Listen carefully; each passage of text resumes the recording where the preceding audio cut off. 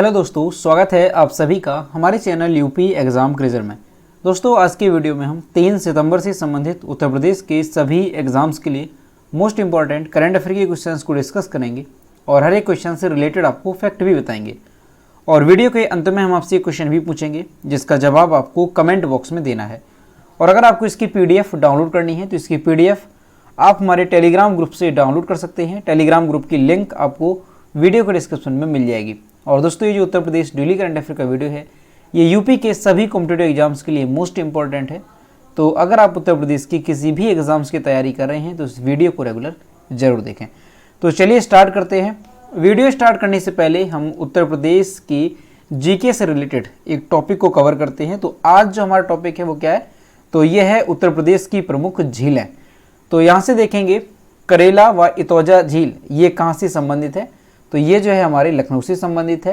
नवाबगंज झील और कुंद्रा समुद्र ये कहाँ से संबंधित है, तो ये उन्नाव से संबंधित है। बड़ा ताल या गौकर झील ये कहाँ पर है, तो ये शाहजहांपुर में है। पयाग झील ये बहराइच में है, ध्यान रखेंगे। पार्वती और अर्गा ताल ये कहाँ से संबंधित है, तो ये जो है गोंडा में है। जिरगो व सिरसी जलाशय और टांडा डरती ताल ये कहाँ पर है, तो ये मिर्जापुर में है। इसके साथ ही ध्यान रखेंगे भुगे ताल व विशेथा ताल ये कहाँ से संबंधित है, तो ये रायबरेली में है। लिलौर झील ये बरेली में है। ठिठोरा झील और मुराय ताल ये फतेहपुर में है। बेती, अजगरा और नैया झील ये प्रतापगढ़ में है। तो सभी याद रखेंगे, जो झीलें हैं काफ़ी इंपॉर्टेंट होती हैं। इसके साथ ही और देखेंगे सुराहा ताल ये बलिया से है। मोती और गौर झील ये रामपुर से है। शुक्र ताल मुजफ्फरनगर से है। रामताल मेरठ में है और कीमठ ताल ये आगरा में है। शेख झील राष्ट्रीय पक्षी विहार के रूप में विकासाधीन है। ये शेख झील ये अलीगढ़ में है। गोविंद वल्लभ पंत सागर जो कि एक कृत्रिम झील है ये कहाँ पर है, तो ये सोनभद्र में है। अलवारा झील विदेशी पक्षियों का आगमन स्थल जो है इसे कहा जाता है अलवारा झील को, ये कौशाम्बी में है। औंधी ताल ये कहाँ पर है, तो ये वाराणसी में है। राजा का बांध और लौंधी व भोजपुर ताल ये कहाँ पर है, तो ये सुल्तानपुर में है। तो ये उत्तर प्रदेश की प्रमुख झीलें हैं, इन्हें आपको जो है अच्छे तरीके से याद रखना है। अब चलिए शुरू करते हैं करंट अफेयर्स का सेशन। तो आज का सेशन शुरू करने से पहले हम कल के क्वेश्चंस का रिवीजन करेंगे। कल का पहला क्वेश्चन है, उत्तर प्रदेश सरकार ने कम समय में जनता की शिकायत को दूर करने के लिए कौन सा पोर्टल लॉन्च किया। इसका जो करेक्ट आंसर है वो है ऑप्शन नंबर बी, ई कंप्लेंट पोर्टल। अगला क्वेश्चन है, हाल ही में किस राज्य सरकार ने 8 तीर्थ स्थानों और 11 स्वतंत्रता सेनानियों के नाम पर बस सेवा शुरू करने का निर्णय लिया। तो ये फैसला किया गया है हमारे उत्तर प्रदेश में। ऑप्शन नंबर बी इसका करेक्ट होगा। दोस्तों, उत्तर प्रदेश करंट अफेयर की लास्ट 1 ईयर की यानी साल 2021 की अगर आपको PDF ई बुक डाउनलोड करनी है तो इसकी लिंक आपको वीडियो के डिस्क्रिप्शन में मिल जाएगी, वहाँ से आप इसकी PDF ई बुक डाउनलोड कर सकते हैं। इसके साथ ही अगर आपको उत्तर प्रदेश करंट अफेयर की लास्ट 6 मंथ की PDF ई बुक डाउनलोड करनी है तो इसकी लिंक भी आपको वीडियो के डिस्क्रिप्शन में मिल जाएगी, वहाँ से आप ये दोनों PDF ई बुक डाउनलोड कर सकते हैं। और दोस्तों, अगर इसे डाउनलोड करने में कोई प्रॉब्लम होती है तो साइट पर आपको WhatsApp नंबर और ईमेल मिल जाएगा जिस पर आप कॉन्टैक्ट कर सकते हैं। अगला क्वेश्चन है, हाल ही में जल शक्ति मंत्री स्वतंत्र देव सिंह ने राज्य में कहाँ पर प्लास्टिक मुक्ति स्वच्छता अभियान शुरू किया। तो ये जो अभियान है ये वाराणसी में शुरू किया गया है। अगला क्वेश्चन है, हाल ही में देश का पहला वर्चुअल स्कूल कहाँ लॉन्च किया गया। तो दिल्ली में देश का पहला वर्चुअल स्कूल लॉन्च किया गया। अगला क्वेश्चन है, दुनिया का सबसे बड़ा और भारत का पहला कार्बन फाइबर प्लांट किस कंपनी ने बनाने की घोषणा की है। तो रिलायंस इंडस्ट्रीज ने जो है दुनिया का सबसे बड़ा और भारत का पहला कार्बन फाइबर प्लांट बनाने की घोषणा की है। अगला क्वेश्चन है, देश में कितने रेलवे स्टेशनों पर हवा से पानी बनाने की मशीनें लगाई जाएंगी। देश भर के 6 रेलवे स्टेशन पर। अगला क्वेश्चन है, हाल ही में किस पुलिस ने नागरिक सेवाओं के लिए JK कॉप नामक एक मोबाइल ऐप लॉन्च किया। तो जम्मू कश्मीर पुलिस ने। अगला क्वेश्चन है, छात्रों कर्मचारियों की शिकायतों हेतु UGC कौन सा पोर्टल लॉन्च करेगा। तो ई समाधान नाम का, ध्यान रखेंगे ऑप्शन नंबर बी इसका करेक्ट होगा। अगला क्वेश्चन है, भारत में राष्ट्रीय पोषण सप्ताह किस महीने में मनाया जाता है। तो ये जो है सितंबर में मनाया जाता है। तो दोस्तों, ये थे कल के क्वेश्चंस जिसका हमने रिवीजन किया। अब हम शुरू करते हैं आज का सेशन। आज का पहला क्वेश्चन है, उत्तर प्रदेश का कौन सा एयरपोर्ट 5G इंटरनेट सेवा देने वाला प्रदेश का पहला एयरपोर्ट होगा। तो इसका जो करेक्ट आंसर है वो है option number B, Varanasi airport. दोस्तों उत्तर प्रदेश के वाराणसी में जो लाल बहादुर शास्त्री इंटरनेशनल एयरपोर्ट है, यहाँ पर जो है जल्द ही यात्रियों को 5G इंटरनेट की सुविधा मिलने लगेगी। इसके लिए एयरपोर्ट पर सर्विस के इंस्टॉलेशन का काम तेजी से चल रहा है और ऐसा माना जा रहा है कि अगले महीने तक जो है इस इंटरनेशनल एयरपोर्ट पर 5G यात्री 5G इंटरनेट सेवा के जरिए हाई स्पीड इंटरनेट का लाभ जो है उठा पाएंगे। यानी कि अगले महीने तक वाराणसी एयरपोर्ट 5G सेवा शुरू करने वाला यूपी का पहला इंटरनेशनल एयरपोर्ट होगा। तो ध्यान रखेंगे यहाँ से कि हाल ही में हमारे प्रदेश के कौन से अंतर्राष्ट्रीय हवाई अड्डे पर 5G सेवा जो है शुरू की जा रही है। तो लाल बहादुर शास्त्री इंटरनेशनल एयरपोर्ट जो कि वाराणसी में, तो यहाँ पर जो है जल्द ही 5G इंटरनेट की सुविधा मिलने लगेगी। और दोस्तों याद रखेंगे कि अगर पूछा जाए उत्तर प्रदेश का पहला इंटरनेशनल एयरपोर्ट कौन सा है जहाँ पर 5G सेवा जो है शुरू की जाएगी, तो ये होगा लाल बहादुर शास्त्री इंटरनेशनल एयरपोर्ट वाराणसी का। वाराणसी से याद रखेंगे ODOP वाराणसी का। ODOP तो क्या है, बनारसी रेशम साड़ी, और अभी जो है वाराणसी की लाल मिर्च को भी ODOP में शामिल करने की बात कही गई है। अगला क्वेश्चन है, उत्तर प्रदेश में सबसे ज़्यादा 7 लाख की इनामी राशि के साथ चलने वाली यूपी मैराथन का खिताब किसने अपने नाम किया? इसका जो करेक्ट आंसर है वो है ऑप्शन नंबर सी, अभिषेक पाल ने। दोस्तों रेलवे के अंतर्राष्ट्रीय जो धावक हैं अभिषेक पाल, इन्होंने उत्तर प्रदेश में सबसे ज़्यादा यानी कि 7 लाख रुपए की इनामी राशि के साथ चलने वाली जो यूपी मैराथन है इसका खिताब जीत लिया है। इसके साथ ही ध्यान रखेंगे आप, महिलाओं का खिताब किसने जीता? तो विश्व रेलवे की स्वर्ण पदक विजेता प्रीति लांबा, इन्होंने महिलाओं का खिताब जीता। और इसके साथ ही और ध्यान रखेंगे पुरुषों की क्रॉस कंट्री रेस में पंकज और महिलाओं में प्रीनू यादव ने पहला स्थान हासिल किया। तो यहाँ से आप सभी के नाम अच्छे से याद रखेंगे कि जो रेलवे के अंतर्राष्ट्रीय धावक हैं अभिषेक पाल, इन्होंने उत्तर प्रदेश में जो सबसे ज़्यादा यानी कि 7 लाख रुपए की जो इनामी राशि के साथ यूपी मैराथन है उसका खिताब जीता। महिलाओं की बात करें तो प्रीति लांबा ने जीता है, और यहाँ पर जो है ध्यान रखेंगे पुरुषों की क्रॉस कंट्री में पंकज ने और महिलाओं में प्रीनू यादव ने। अगला क्वेश्चन है, उत्तर प्रदेश के किस शहर में कौशल विकास यूनिवर्सिटी स्थापित की जाएगी?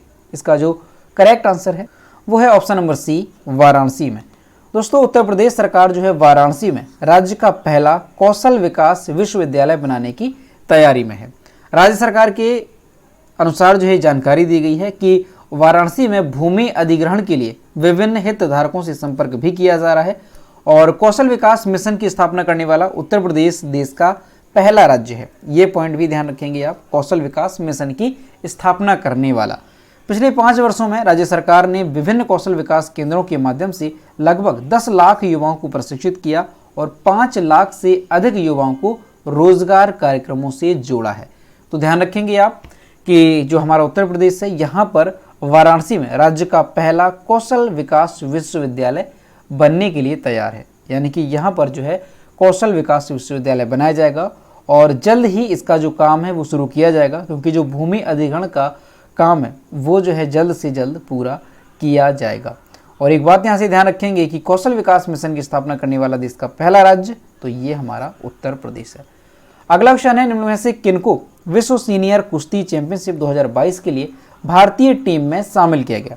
इसका जो करेक्ट आंसर है वो है ऑप्शन नंबर डी, ए और बी दोनों, यानी कि बजरंग पुनिया और विनेश फोगाट को जो है विश्व सीनियर कुश्ती चैंपियनशिप 2022 के लिए भारतीय टीम में शामिल किया गया। दोस्तों ये दो जो एथलीट हैं बजरंग पुनिया और विनेश फोगाट, इन्हें विश्व सीनियर कुश्ती चैंपियनशिप 2022 के लिए भारतीय दल में शामिल किया गया। अब दोस्तों ये जो प्रतियोगिता है विश्व सीनियर कुश्ती चैंपियनशिप 2022 ये 10 सितंबर से लेकर के 18 सितंबर 2022 तक चलेगी। और कहाँ पर इसका आयोजन किया जाएगा? तो ध्यान रखेंगे आप, बेलग्रेड सर्बिया में इसका आयोजन किया जाएगा। ठीक है, ये काफ़ी इंपॉर्टेंट होता है, पूछा जाता है कई बार कि कोई प्रतियोगिता है तो वो कहाँ पर आयोजित की गई। ठीक, तो याद रखेंगे जो विश्व सीनियर कुश्ती चैंपियनशिप 2022 है इसका आयोजन बेलग्रेड सर्बिया में किया जाएगा। दोस्तों लखनऊ और सोनीपत में SAI के प्रशिक्षण केंद्र में ट्रायल के बाद इनका चयन जो है भारतीय टीम में किया गया। किसका? बजरंग पुनिया और विनेश फोगाट का। यानी कि इनका जो है ट्रायल किया गया कहाँ पर? लखनऊ में और सोनीपत में। जो SAI है यानी कि स्पोर्ट अथॉरिटी ऑफ इंडिया का जो प्रशिक्षण केंद्र है वहाँ पर इनका ट्रायल किया गया। कहाँ पे? हमारे उत्तर प्रदेश के लखनऊ में और सोनीपत में। उसके बाद ही इनका जो चयन है वो भारतीय टीम में किया गया। तो ध्यान रखेंगे बजरंग पुनिया और विनेश फोगाट। अगला क्वेश्चन है, कौन सा भारतीय क्रिकेटर T20 इंटरनेशनल क्रिकेट में सर्वाधिक औसत वाला बल्लेबाज बन गया? तो ये रिकॉर्ड बन गया है विराट कोहली के नाम पर। ऑप्शन नंबर ए यहाँ पर करेक्ट होगा। दोस्तों जो भारतीय बल्लेबाज हैं विराट कोहली, इन्होंने 31 अगस्त 2022 को क्रिकेट के T20 अंतर्राष्ट्रीय प्रारूप में सबसे अधिक औसत वाले खिलाड़ी का रिकॉर्ड बनाया। दोस्तों हाल ही में जो एशिया कप 2022 चल रहा है, कहाँ पे? दुबई में हांगकांग के जो खिलाफ इन्होंने मैच खेला, उस दौरान इन्होंने ये उपलब्धि हासिल की। और जो विराट कोहली हैं, इन्होंने किसका रिकॉर्ड तोड़ा है? तो पाकिस्तान के बल्लेबाज मोहम्मद रिजवान को इन्होंने पीछे छोड़ दिया है। तो याद रखेंगे, अगर आपसे पूछा जाता है कि T20 इंटरनेशनल प्रारूप में सबसे अधिक औसत रन वाले खिलाड़ी कौन से बन गए हैं, तो ये बन गए हैं विराट कोहली। दोस्तों अगर विराट कोहली की हम बात करें तो विराट कोहली से संबंधित भी आपको 2-3 बातें हैं जो याद रखनी है। देखिए यहाँ से आपको एक क्वेश्चन याद रखेंगे विराट कोहली से रिलेटेड। 2018 में टाइम पत्रिका ने एक सूची जारी की थी, उसमें 100 सबसे प्रभावशाली लोगों में इनका नाम शामिल था। और फोर्ब्स ने भी एक सूची जारी की थी सबसे मूल्यवान एथलीटों की, तो उनमें भी इनका नाम शामिल था। तो ये दोनों बात ध्यान रखेंगे। इसके अलावा दोस्तों इन्हें 2018 में राष्ट्रपति रामनाथ कोविंद ने राजीव गांधी खेल रत्न पुरस्कार से भी सम्मानित किया था। तो ध्यान रखेंगे, राजीव गांधी खेल रत्न पुरस्कार भी जो है ये कब दिया गया? 2018 में ये दिया गया है। और दोस्तों विराट कोहली के नाम पर एक रिकॉर्ड और भी है। क्या रिकॉर्ड है? तो कोहली ने जो है T20 इंटरनेशनल में 2000 रन को सबसे तेज बनाने का रिकॉर्ड जो है वो किसके नाम पर है? तो ये विराट कोहली के नाम पर है। अगला क्वेश्चन है, किस राज्य ने किसानों के कल्याण के लिए रूरल बैकयार्ड पिगरी योजना शुरू की है? इसका जो करेक्ट आंसर है वो है ऑप्शन नंबर बी, मेघालय ने। दोस्तों मेघालय के जो मुख्यमंत्री है कॉनराड संगमा, इन्होंने एक योजना शुरू की है। कौन सी? रूरल बैकयार्ड पिगरी योजना। ये योजना शुरू की गई है मेघालय में। इसका उद्देश्य क्या है? तो इसका उद्देश्य ये है कि जो किसान हैं उनकी विभिन्न पशुधन खेती गतिविधियों के माध्यम से एक स्थायी आजीविका अर्जित करें। ये जो है सुनिश्चित करना है कि जो किसान हैं, किसान विभिन्न पशुधन खेती गतिविधियों के माध्यम से एक स्थायी आजीविका अर्जित करें। यही इसका उद्देश्य है इस योजना का। सुअर पालन योजना के माध्यम से राज्य पूरक आपूर्ति की कमी को दूर करने की योजना बनाया है। तो ये चीज़ ध्यान रखेंगे आप कि जो रूरल बैकयार्ड पिगरी योजना है ये किस राज्य से संबंधित है? तो ये मेघालय से संबंधित है। और दोस्तों ये जो योजना है रूरल बैकयार्ड पिगरी योजना, यानी कि सुअर पालने की योजना है, ये सुअर पालने की योजना। तो इसके माध्यम से जो सरकार है वो राज्य में पोर्क आपूर्ति की कमी को दूर करना चाहता है। यानी कि पोर्क, यहाँ पे जो पोर्क वर्ड है इसका अर्थ क्या है? तो सुअर के मीट को पोर्क कहा जाता है। तो ये जो योजना है रूरल बैकयार्ड पिगरी योजना, इसके माध्यम से सुअर पालन को बढ़ावा दिया जाएगा और इसके साथ ही राज्य में जो सुअर का मीट है उसकी भी जो है कमी को दूर किया जाएगा। तो ध्यान रखेंगे आप, रूरल बैकयार्ड पिगरी योजना किस राज्य से संबंधित है? तो ये मेघालय से संबंधित है। अब दोस्तों यहाँ पर मेघालय की बात है तो यहाँ पर हम मैप में देखेंगे कि मेघालय है कहाँ पर। तो यहाँ पर आप देख सकते हैं ये इंडिया का मैप है और यहाँ पर जो मैंने रेड से किया है यहाँ पर पड़ता है मेघालय। दोस्तों जो मेघालय है ये भारत के किन किन राज्यों की सीमा को साझा करता है? तो यहाँ पर आप देख सकते हैं असम को जो है ये टच करता है जो मेघालय है। और मेघालय की कैपिटल क्या है? तो शिलोंग मेघालय की कैपिटल है। मेघालय के चीफ मिनिस्टर कॉनराड संगमा और यहाँ के गवर्नर हैं सत्यपाल मलिक। अगला क्वेश्चन है, कौन सी फार्मा कंपनी भारत का पहला सर्वाइकल कैंसर वैक्सीन लॉन्च करेगी? तो सीरम इंस्टीट्यूट ऑफ इंडिया। दोस्तों सर्वाइकल कैंसर के लिए भारत का जो पहला घरेलू टीका है ये जल्द ही लॉन्च किया जाएगा। और जो दोस्तों ये टीका है ये किसके द्वारा लॉन्च किया जाएगा, किसके द्वारा विकसित किया गया? तो सीरम इंस्टीट्यूट ऑफ इंडिया और बायोटेक्नोलॉजी विभाग सर्वाइकल कैंसर के इलाज के लिए भारत का पहला स्वदेशी रूप से विकसित वैक्सीन लॉन्च करेंगे, सीरम इंस्टीट्यूट ऑफ इंडिया और बायोटेक्नोलॉजी विभाग के द्वारा। ठीक, ध्यान रखेंगे। ये जो टीका है सर्वाइकल कैंसर के इलाज के लिए है और ये जो सर्वाइकल कैंसर है महिलाओं में चौथा सबसे आम कैंसर होता है। ठीक, तो इसी के इलाज के लिए जो है ये टीका अभी जो है विकसित किया जा रहा है और किसके द्वारा? तो सीरम इंस्टीट्यूट ऑफ इंडिया और बायोटेक्नोलॉजी विभाग के द्वारा। अगला क्वेश्चन है, विश्व नारियल दिवस कब मनाया जाता है? तो 2 सितंबर को हर साल विश्व नारियल दिवस मनाया जाता है। ऑप्शन नंबर डी इसका करेक्ट होगा। दोस्तों हर साल 2 सितंबर को पूरी दुनिया में विश्व नारियल दिवस मनाया जाता है। दोस्तों जो नारियल है इसका इस्तेमाल कई सारी चीज़ों में किया जाता है, यानी कि खाने पीने से लेकर के इसका जो इस्तेमाल है वो कॉस्मेटिक से लेकर सजावट तक की हर चीज़ में किया जाता है। नारियल का इस्तेमाल कई भारतीय और विदेशी व्यंजनों में भी किया जाता है। ठीक, तो ध्यान रखेंगे जो विश्व नारियल दिवस है ये कब मनाया जाता है, तो हर साल 2 सितंबर को ये मनाया जाता है। और साल 2022 की अगर हम थीम की बात करें तो थीम क्या रही, तो खुशहाल भविष्य और जीवन के लिए नारियल की खेती करें, यानी कि growing coconut for a better future and life. ये साल 2022 की थीम है विश्व नारियल दिवस की। तो याद रखेंगे 2 सितंबर को विश्व नारियल दिवस मनाया जाता है। अगला क्वेश्चन है साइबर सुरक्षा अभ्यास सिनर्जी का आयोजन किस देश में किया जा रहा है। इसका जो करेक्ट आंसर है वो है ऑप्शन नंबर ए, हमारे देश भारत में। दोस्तों हाल ही में computer emergency response team India ने इंटरनेशनल काउंटर रैंसमवेयर इनिशिएटिव के हिस्से के रूप में 13 देशों के साथ साइबर सुरक्षा अभ्यास सिनर्जी को सफलतापूर्वक डिजाइन और संचालित किया। ये जो अभ्यास है ये international counter ransomware initiative resilience working group के हिस्से के रूप में आयोजित किया गया था। इसका नेतृत्व राष्ट्रीय सुरक्षा परिषद सचिवालय के नेतृत्व में भारत यानी कि हमारा देश कर रहा है।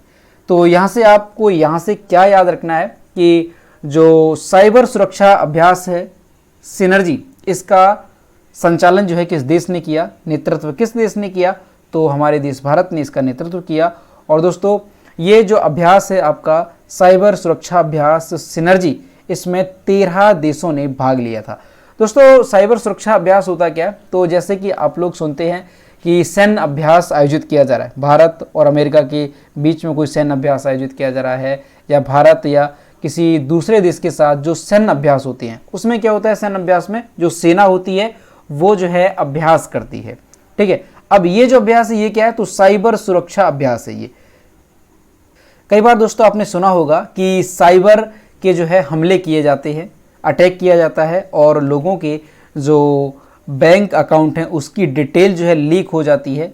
कई बार सुना होगा कि पैसे जो है बैंक से निकाल लिए गए, तो ये क्या है, ये साइबर अटैक होता है। इसी तरह से जो ये अभ्यास है तो इसका उद्देश्य यही होता है कि जो साइबर सुरक्षा है उसको जो है और बेहतर किया जा सके, नई नई तकनीकों को जो है विकसित किया जा सके, यही इसका उद्देश्य होता है।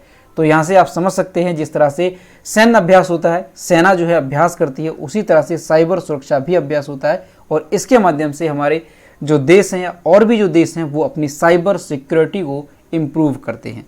तो याद रखेंगे जो सिनर्जी साइबर सुरक्षा अभ्यास है इसकी मेजबानी जो है किस देश ने की है, तो हमारे देश भारत में इसका जो है नेतृत्व किया गया है। अगला क्वेश्चन है किस देश के ऑलराउंडर कॉलिन डी ग्रैंडहोम ने अंतर्राष्ट्रीय क्रिकेट से संन्यास की घोषणा की। इसका जो करेक्ट आंसर है वो है ऑप्शन नंबर बी, न्यूजीलैंड के। यहाँ पर आप इनकी इमेज देख सकते हैं, ये न्यूजीलैंड के क्रिकेटर हैं। दोस्तों जो न्यूजीलैंड के ऑलराउंडर हैं कॉलिन डी ग्रैंडहोम, इन्होंने अंतर्राष्ट्रीय क्रिकेट से संन्यास की घोषणा कर दी है। इन्होंने जो संन्यास की घोषणा की है तो इसका कारण क्या बताया, तो जिम्बाब्वे में इनका जन्म हुआ था डी ग्रैंडहोम। इन्होंने ये कहा कि उनकी चोट और तीनों प्रारूपों में बढ़ती प्रतिस्पर्धा के अलावा कई कारण हैं जिस कारण से इन्होंने अंतर्राष्ट्रीय क्रिकेट से संन्यास की घोषणा की है। ठीक, तो प्रमुख कारण क्या है, उनकी चोट और तीनों प्रारूपों में बढ़ती प्रतिस्पर्धा। तो याद रखेंगे अगर पूछा जाता है कि कॉलिन डी ग्रैंडहोम ने अंतर्राष्ट्रीय क्रिकेट से संन्यास लिया, किस देश से संबंधित है, तो ये न्यूजीलैंड से संबंधित है। तो दोस्तों ये थे 3 सितंबर से संबंधित उत्तर प्रदेश के सभी एग्जाम्स के लिए मोस्ट इंपॉर्टेंट करंट अफेयर के क्वेश्चन जो कि हमने डिस्कस किए। अब हम देखते हैं कल की वीडियो का क्वेश्चन जो हमने आपसे पूछा था। तो ये रहा कल की वीडियो का क्वेश्चन जो हमने आपसे पूछा था। हाल ही में एनसीआरबी द्वारा जारी साल 2021 के आंकड़ों में हत्याओं के मामले में कौन सा राज्य शीर्ष स्थान पर है। इसका जो करेक्ट आंसर था वो ऑप्शन नंबर ए था, उत्तर प्रदेश। और लगभग सभी स्टूडेंट्स ने इसके सही जवाब किए। और मैं आपसे हर रोज कहता हूँ जो भी क्वेश्चन आपसे पूछा जाए तो सभी लोग क्वेश्चन का आंसर जरूर किया करो। तो ये रहा आज का क्वेश्चन, T20 इंटरनेशनल मैचों में 3500 रन बनाने वाले पहले खिलाड़ी कौन बने। इसका जो भी करेक्ट आंसर है वो आपको कमेंट बॉक्स में बताना है। और दोस्तों सभी लोग क्वेश्चन का आंसर जरूर किया करो। तो दोस्तों आज का वीडियो कैसा लगा, अगर वीडियो पसंद आया है तो इसे लाइक करें, अपने दोस्तों के साथ इसे शेयर करें। और अगर अभी तक हमारे चैनल पर नए हैं तो हमारे चैनल को सब्सक्राइब जरूर करें। तो मिलते हैं नेक्स्ट वीडियो में। Thank you.